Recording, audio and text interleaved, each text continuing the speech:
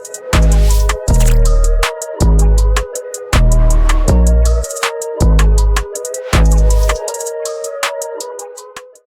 योगात्माओं। विश्वास है कि आप सभी कुशल होंगे। अभी हमारे देश में ठंड का मौसम चल रहा है। इस मौसम में हम अक्सर शरीर के अंगों में ऐंठन, अकड़न या झंझनाहट जैसी समस्या का सामना करते हैं।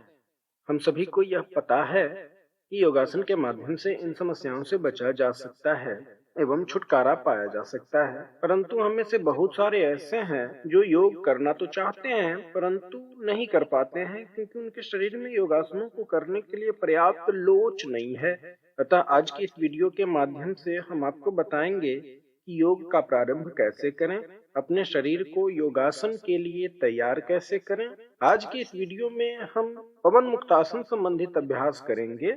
सबसे पहले मैं आपको यह बता दूं कि पवन मुक्तासन से हमारा तात्पर्य केवल पेट या आंत में बनने वाली वायु से नहीं है, अपितु वह वायु भी है जो हमारे प्रत्येक अंगों या जोड़ों में बनती है। हमारे शरीर में अम्लों व पित्त के गलत रासायनिक प्रतिक्रियाओं के कारण गठिया का दर्द और कड़ापन का प्रारंभ भी होता है। अतः पवन मुक्तासन के अभ्यास से वायु और अम्लों को शरीर से हम बाहर निकालने में काफी हद तक सफल हो सकते हैं।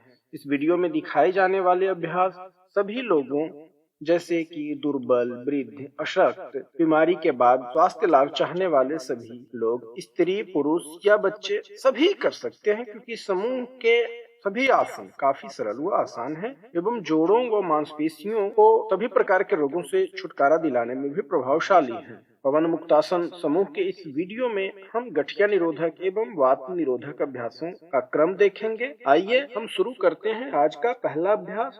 अभ्यास संख्या 1, पैरों की उंगलियों को मोड़ना व फैलाना। सर्वप्रथम अपने पैरों को शरीर की सीध में सामने फैलाकर बैठ जाइए। अपने हाथों के सहारे थोड़ा पीछे की ओर झुक जाइए। हाथ सीधे रखिए, उंगलियां मोड़िए नहीं। पैरों की उंगलियों के प्रति सजग रहिए, जागरूक रहिए। पंजों को कड़ा करते हुए उंगलियों को धीरे धीरे आगे और पीछे मोड़ना है। पंजों को कड़ा रखना है।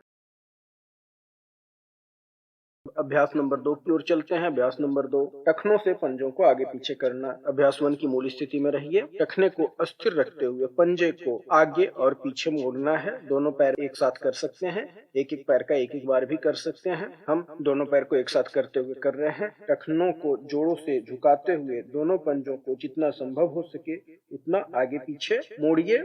जिस समय टखने को के जोड़ों को आगे की ओर खींच रहे हैं यानी फैला रहे हैं, उस समय हम श्वास को अंदर भर सकते हैं। जब हम उसे वापस मोड़ रहे हैं यानी शरीर की ओर जब खींच रहे हैं यानी उसका संकुचन हो रहा है, तो उस समय हम श्वास को छोड़ सकते हैं। इस तरह से हम चलते हैं अभ्यास नंबर 3 की ओर। टखने को वृत्ताकार घुमाना। अभ्यास 1 की मूल स्थिति में बैठे रहिए। पैरों को सीधे रखते हुए उसके बीच में कुछ फासला रख सकते हैं और दोनों पंजे को एक साथ घुमाना है। ध्यान रहे कि एड़ी जमीन पे स्थिर रखा रहे और एड़ी में मूवमेंट ना हो, एड़ी एक जगह पे रहे, एड़ी हिले नहीं। सर्वप्रथम दाहिनी से बाएं ओर और दूसरा विपरीत दिशा में, यानी ये दोनों दिशा में वृत्ताकार घुमाना है। आप चाहें तो फिर अगर समय आपके पास रहे तो एक एक पैर से एक एक बार भी कर सकते हैं। अब हम अभ्यास संख्या 4 की ओर चलेंगे। पैरों को ऊपर नीचे करना। अभ्यास 1 की मूल स्थिति, बैठे रहिए। सर्वप्रथम दाहिने पैर को ऊपर नीचे उठाना है। ध्यान रहे कि पैर सीधा रहे। इस अभ्यास को भी 10 बार करना है। तत्पश्चात हम बाएं पैर से उसी अभ्यास को 10 बार रिपीट कर रहे हैं।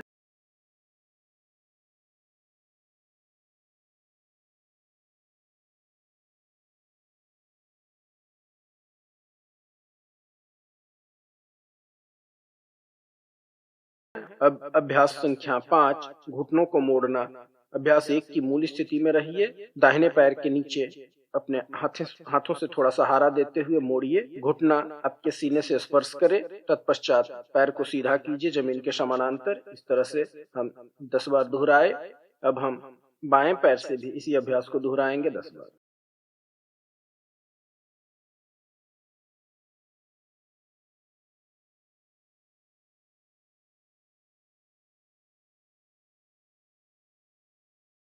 अब अभ्यास संख्या 6 की ओर चलते हैं। घुटनों को उसकी धुरी पर वृत्ताकार घुमाना। इस अभ्यास का हम सामने से जो व्यू है और साइड व्यू दोनों एक साथ देखेंगे। इस अभ्यास में अभ्यास संख्या 1 के मूल स्थिति में बैठिए। दाहिने पैर को मोड़ते हुए उसके नीचे अपना दाहिना हाथ लगा लेंगे। घुटने को अपने छाती से स्पर्श करवाएंगे और फिर घुटने से पंजों को वृत्ताकार घुमाएंगे घड़ी के सुई के दिशा में। तत्पश्चात उसके विपरीत दिशा में दोनों तरफ 10-10 बार इस अभ्यास को करेंगे विपरीत दिशा में। इसी अभ्यास को हम दूसरे पैर से भी यानी बाएं पैर से पैर के नीचे अपने हाथों को लगा लेंगे। उसके बाद घुटने से पैर को 10 बार एंटी क्लॉकवाइज और 10 बार क्लॉकवाइज में घुमाएंगे। आपका ध्यान पूरी तरह से घुटनों पे हो। आपको ऐसा सोचना है कि आप अपने पैर से शून्य बना रहे हो।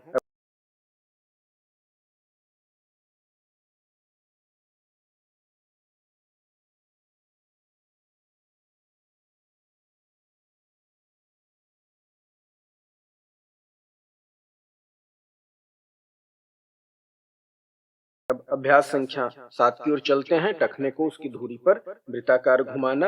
अभ्यास 1 की मूल स्थिति में बैठ जाइए। सर्वप्रथम अपने दाहिने पैर को बाईं जंघा के ऊपर रखते हैं। दाहिने पैर के टखने को बाईं जंघा के ऊपर रखेंगे।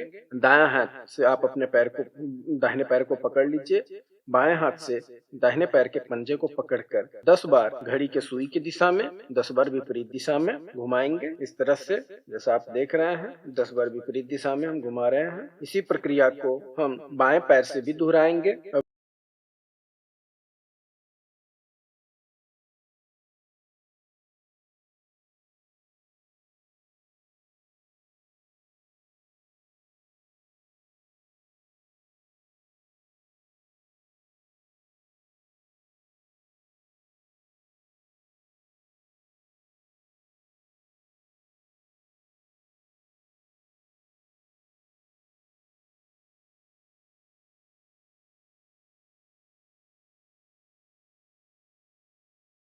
अब हम अभ्यास क्रम 8 की ओर बढ़ेंगे। घुटनों को वृत्ताकार घुमाना। पिछले अभ्यास की भांति ही मूल स्थिति से अपने दाहिने पैर के पंजे को बाएं पैर के बाएं जांघ के ऊपर रखिए। बाएं हाथ से दाहिने पैर का पंजा पकड़ें। दाहिने हाथ से दाहिने पैर का घुटना पकड़ें और घुटनों को वृत्ताकार घुमाना है पंजों को अस्थिर रखते हुए। 10 बार घड़ी के सुई की दिशा में 10 बार उसके विपरीत दिशा में घुमाना है। इस प्रक्रिया को आप बाएं पैर से भी दोहरा सकते हैं।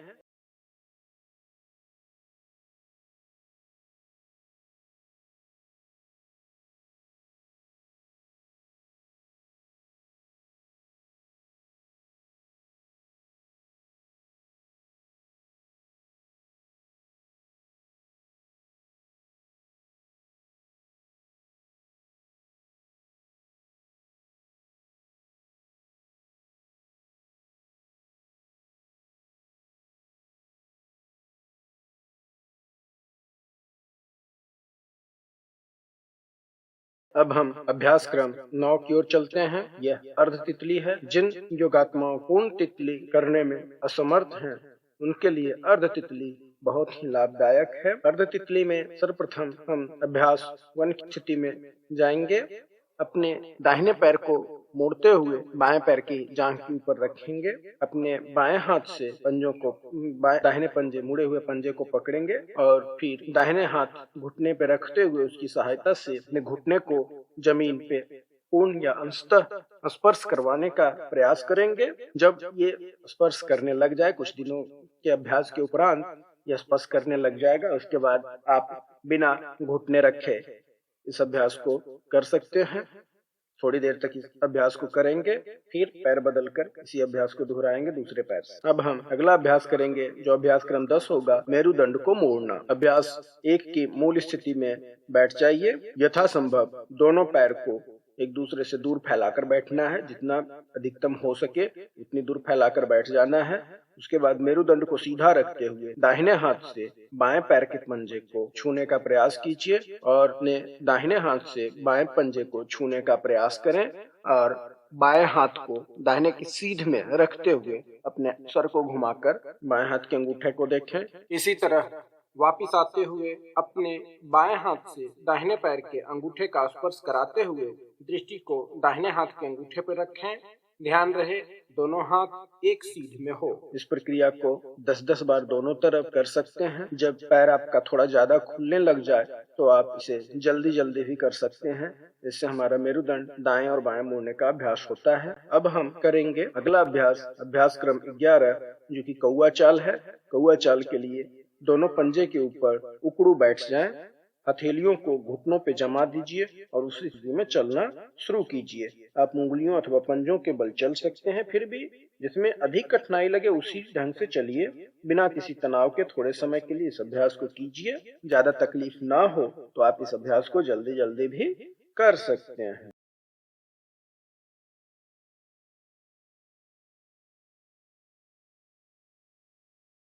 अगला अभ्यास जो है हमारा वो है अभ्यास क्रम 12, और उसमें हम करेंगे पूर्ण तितली। पूर्ण तितली अभ्यास क्रम 1 की मूल स्थिति में बैठ जाइए। अपने हाथों में अगर कोई अंगूठी या कड़ा वगैरह है तो उसे निकाल दीजिए, क्योंकि उससे तकलीफ हो सकती है, दर्द हो सकता है। दोनों पंजों को मिलाते हुए दोनों हाथों से पकड़कर उसे शरीर के जितना पास हो सके उतना खींचिए। उसको पकड़े हुए अपने शरीर की ओर सटाते हुए दोनों घुटनों को ऊपर नीचे करना है। आप कोहनी का भी सहारा ले सकते हैं। कोहनी का सहारा लेते हुए उसे ऊपर नीचे कीजिए।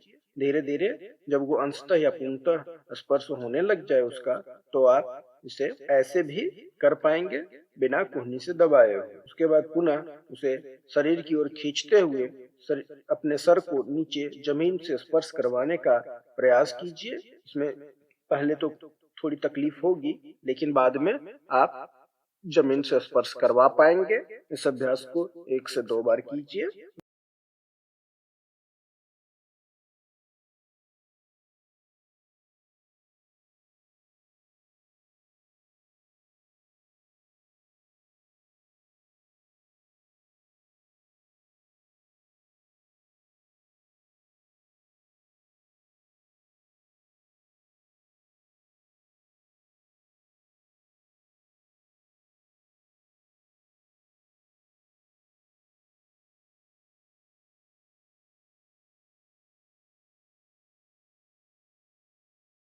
तत्पश्चात हम अभ्यास क्रम 14 की ओर चलते हैं, जो कि हाथों के लिए। यहाँ से हमारा हाथों का अभ्यास शुरू हो रहा है। मुट्ठियों को कसकर बांधना। इसमें हम अभ्यास 1 की मूल स्थिति में बैठेंगे, आएंगे, मूल स्थिति में आएंगे। दोनों हाथ को दोनों पैरों के समानांतर, कंधों के सीधे में समानांतर रखेंगे।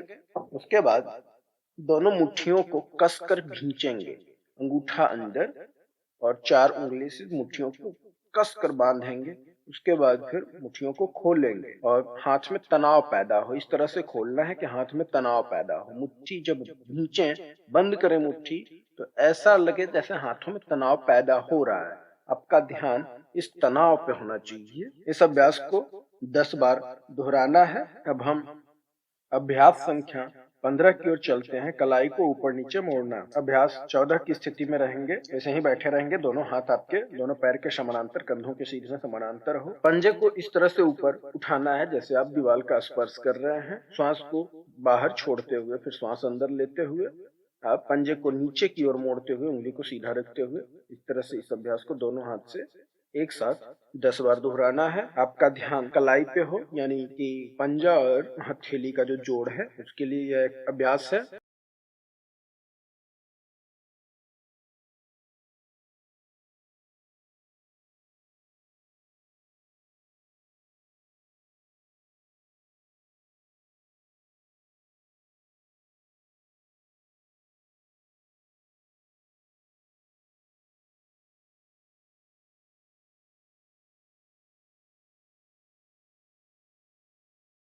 तत्पश्चात हम अभ्यास संख्या 16 करेंगे, जो कि कलाइयों को वृत्ताकार मोड़ना है। इसके लिए हम पूर्ववत स्थिति में रहेंगे। अंतर केवल इतना है कि सर्वप्रथम हम दाहिने हाथ को सीधे रखेंगे, बाएं हाथ को बाएं घुटना या फिर जमीन पे रख सकते हैं। अब मुट्ठी को बंद करते हुए हम हाथ की कलाई को 10 बार दक्षिण बर और 10 बार वाम बर घुमाएंगे। आपका ध्यान पूरी तरह से कलाई पे जो जोड़ है उसके ऊपर रहे।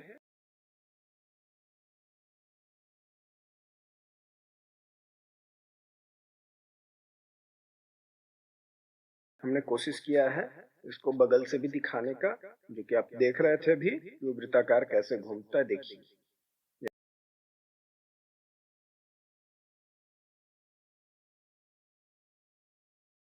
देखिए वृत्ताकार हाथ को घुमा रहे हैं मुट्ठी बंद स्थिति।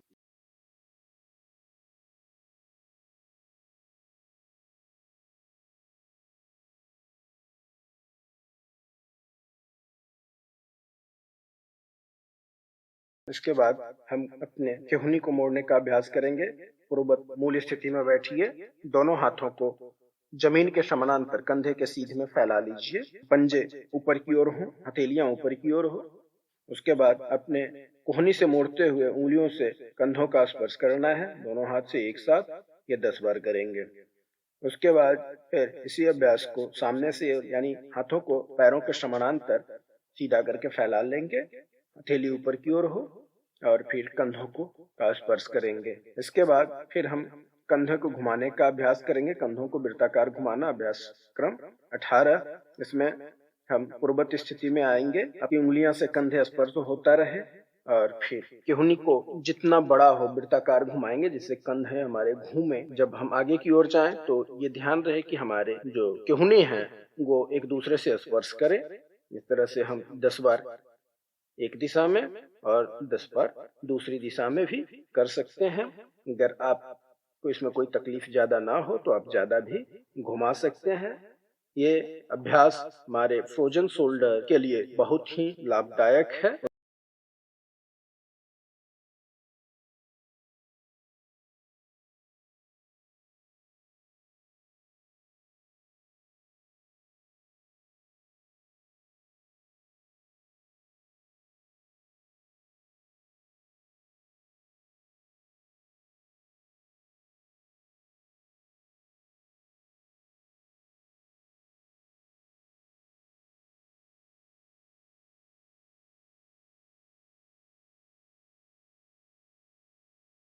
उसके बाद हम करेंगे अभ्यास संख्या 19, जो कि हमारे गर्दन के लिए होता है।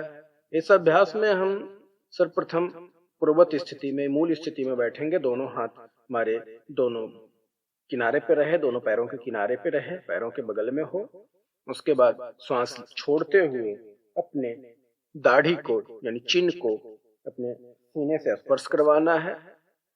तत्पश्चात श्वास लेते हुए हम अपने गर्दन को ऊपर आसमान की ओर देखें।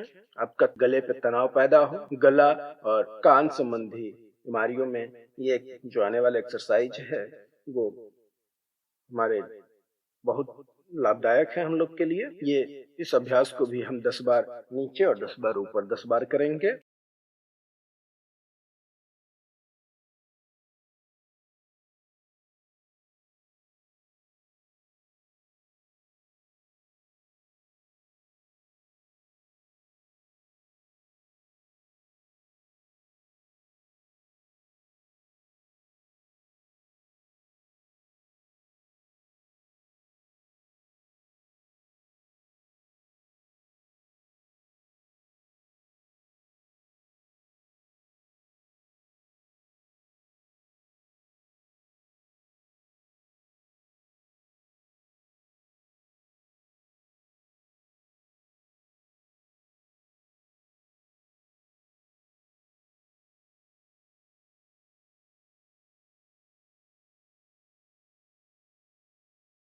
तत्पश्चात हम आगे बढ़ते हैं अभ्यास संख्या 20 की ओर। गर्दन को दाएं एवं बाएं करना, मूल स्थिति में बैठे हुए आप सर्वप्रथम श्वास लेते हुए अपने गर्दन को सीधे, आंखें सीधी हो या बंद हो, दाहिने कंधे का स्पर्श करेंगे। उसके बाद फिर श्वास छोड़ते हुए ऊपर, फिर श्वास लेते हुए बाएं कंधे का स्पर्श। ये हमारा एक क्रम हुआ। इस तरह से हमें 10 क्रम करना है, 10 बार दोहराना है। कोशिश करना है कि हमारा कान कंधों को स्पर्श करे, कंधे उचकाए नहीं, कंधों को स्थिर रखें।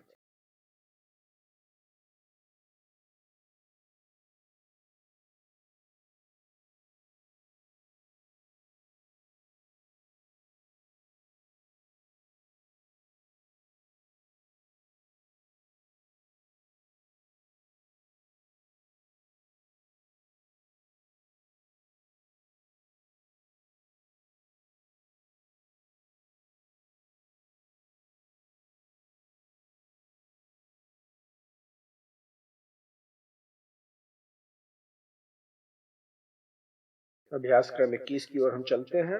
अभ्यास क्रम 21 में हम गर्दन को वृत्ताकार घुमाएंगे, पहले एक दिशा में फिर उसके विपरीत दिशा में।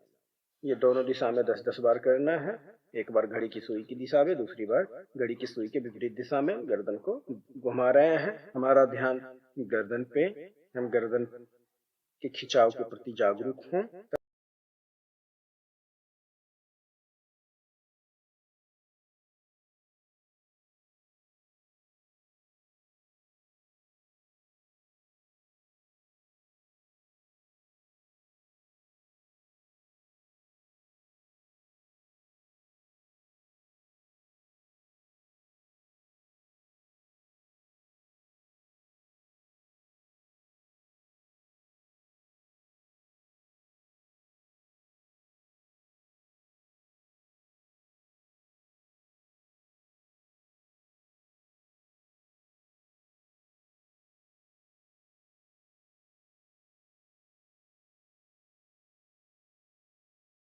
तत्पश्चात हम अभ्यास संख्या 22 की ओर जाते हैं, जो कि हम लेट कर करेंगे। ये हमारा वात निरोधक अभ्यास में आएगा। अब तक जो हम कर रहे थे वो गठिया निरोधक अभ्यास था। अब हम वात निरोधक अभ्यास में जाते हैं। पैरों को घुमाना। सर्वप्रथम आरामदायक स्थिति में लेट जाएं, दोनों पैर हमारे सीधे हों, दोनों हाथ कमर के बगल में हो, दाहिने और बाएं ओर, गर्दन सीधा, सर आपका सीधा रहे। उसके बाद दाहिने पैर को उठाते हुए सर्वप्रथम इस तरह से इमेजिन करना है, इस तरह का कल्पना करना है कि जैसे आप सामने जो दीवार है उस पर शून्य लिख रहे हैं पैरों से, ये गोल गोल घुमाना है। पहले दाहिनी ओर घड़ी की सुई की दिशा में, उसके बाद घड़ी के सुई के विपरीत दिशा में। पहले दाहिने पैर से इस अभ्यास को करेंगे, तत्पश्चात हम बाएं पैर से भी इसी अभ्यास को दोहराएंगे।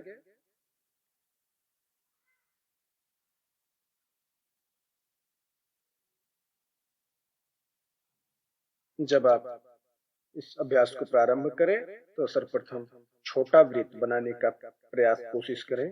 धीरे धीरे वो वृत्त बड़ा करते जाएं, क्योंकि अगर प्रारंभ में आप बड़ा वृत्त बनाने की कोशिश करेंगे तो हो सकता है कि आपको ज्यादा दर्द की अनुभूति हो या आप ज्यादा देर तक ना कर पाए।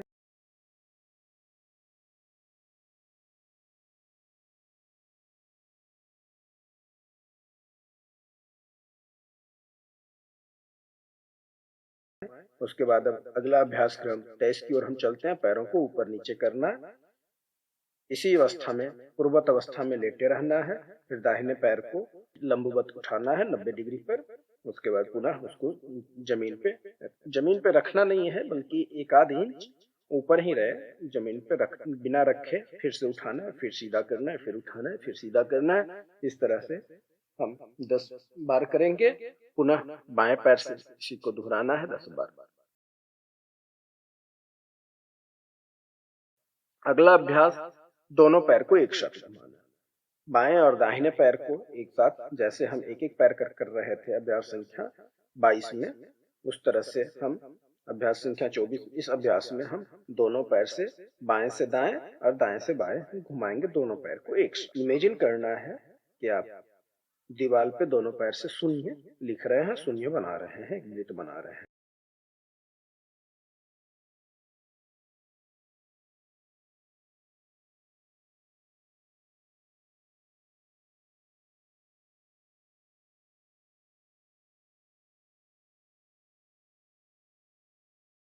उसके बाद अभ्यास संख्या 25 की ओर हम चलते हैं। अभ्यास संख्या 25, पैरों को एक साथ ऊपर उठाना और नीचे रखना। पूर्ववत अवस्था में रहते हुए दोनों पैर को एक साथ लंबवत खड़ा करना है। तत्पश्चात जमीन पे बिना रखे, यानी 1-2 इंच ऊपर रखते हुए सीधा करना है, पुनः लंबवत करना है, फिर पुनः सीधा करना है। इस प्रक्रिया को हम 10 बार दोहराएंगे। ये हमारे पैर के निचले हिस्सों में, कमर में खिंचाव पैदा करता है, जिससे हमारे पेट की चर्बी कम होती है।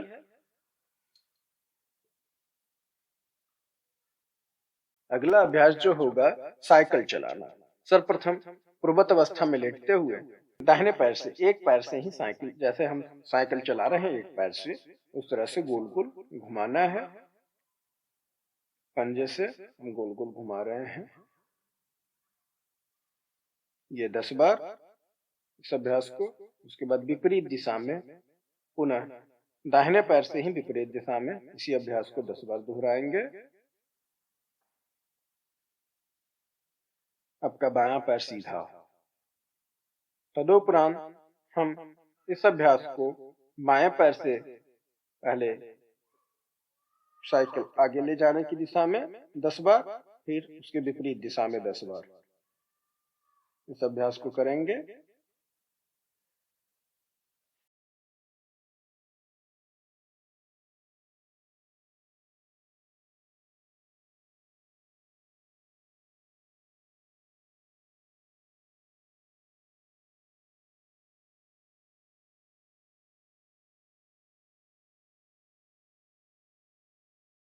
उसके बाद दोनों पैर से साइकिल चलाना, जैसे कि हम दोनों पैर से एक्चुअल में साइकिल चलाते हैं बस। इस अभ्यास को करेंगे दोनों पैर से एक साथ, यानी जब हम एक पैर आगे एक पैर पीछे, इस तरह से जो वास्तविक रूप से हम साइकिल चलाते हैं वो ये अभ्यास हो गया। अब हम विपरीत दिशा में 10 बार करेंगे। साइकिल का पैडल जैसे हम उल्टी दिशा में साइकिल का पैडल लगाते हैं उस तरह से हम करेंगे। यह अभ्यास क्रम 26 हुआ। अभ्यास क्रम 26 में एक अभ्यास और है, दोनों पैर से एक साथ 10 बार और विपरीत दिशा।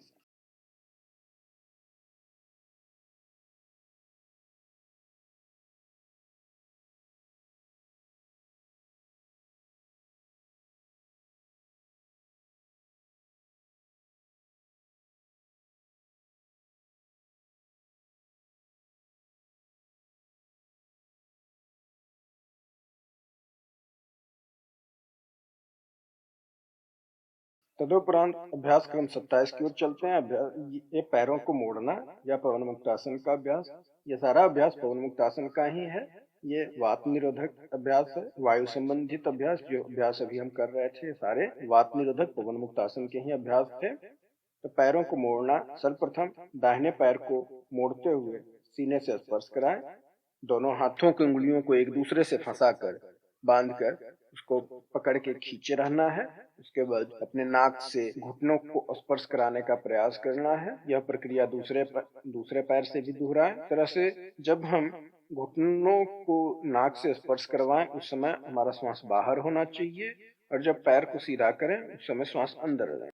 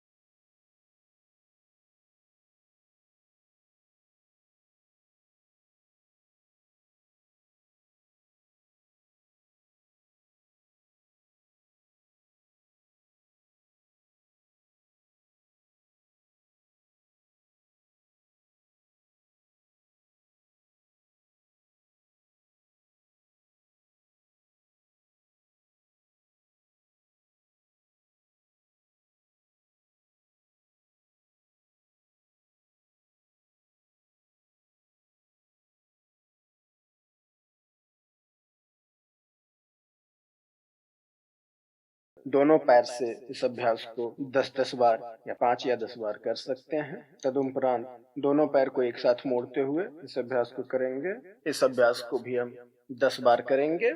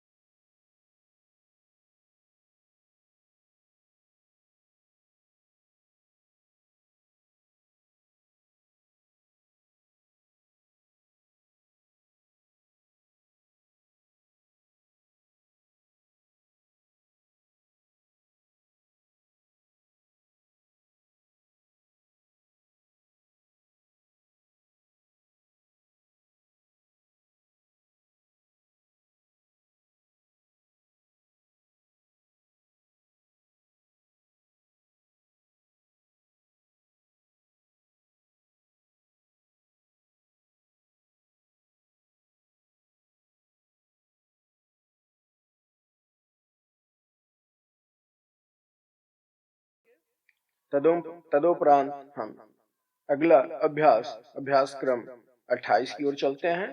अभ्यास क्रम 28 जो कि लौटने का अभ्यास है। हाथ को मोड़ते हुए दोनों हथेली को सर के नीचे रखें, पैरों को मोड़कर सीधा कर लें। उसके बाद इस तरह से हिलना डुलना का अभ्यास करें, इससे जो वायु जहाँ कहीं भी हो पेट वगैरह में वो निकल जाता है। इस अभ्यास को भी दोनों तरफ से हम 10-10 बार कर लेंगे।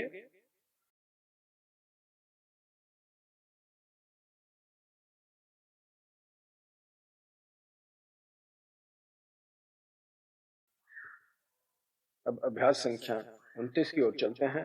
अभ्यास संख्या 29 में हम करेंगे पवन मुक्तासन वाली स्थिति में जाएंगे और इस तरह से लुढ़केंगे। ये हमारे जो मेरुदंड है उसकी मालिश इस अभ्यास के द्वारा हम कर पाते हैं बिना किसी परिश्रम के। जब हम आगे की ओर जाएं तो कोशिश करें कि हम बैठने वाली मुद्रा में आ जाएं। इसमें सावधानी ये बरतें कि पीछे आपके नीचे जो मैट हो, जो चटाई हो, वो थोड़ा मोटा हो, चटाई या कंबल वो थोड़ा मोटा हो ताकि आपके मेरुदंड को कोई नुकसान ना पहुंचे। तत्पश्चात हम विश्राम की अवस्था देर तक चाहें विश्राम की अवस्था में इस तरह से पड़े रह सकते हैं। उसके बाद फिर प्रार्थना करते हुए हम अभ्यास का विराम कर सकते हैं। हमारे चैनल को लाइक और सब्सक्राइब जरूर करें ताकि आगे भी आपको योगा संबंधित प्राप्त होता रहे, मिलता रहे और आप देखकर लाभान्वित होते रहें। धन्यवाद।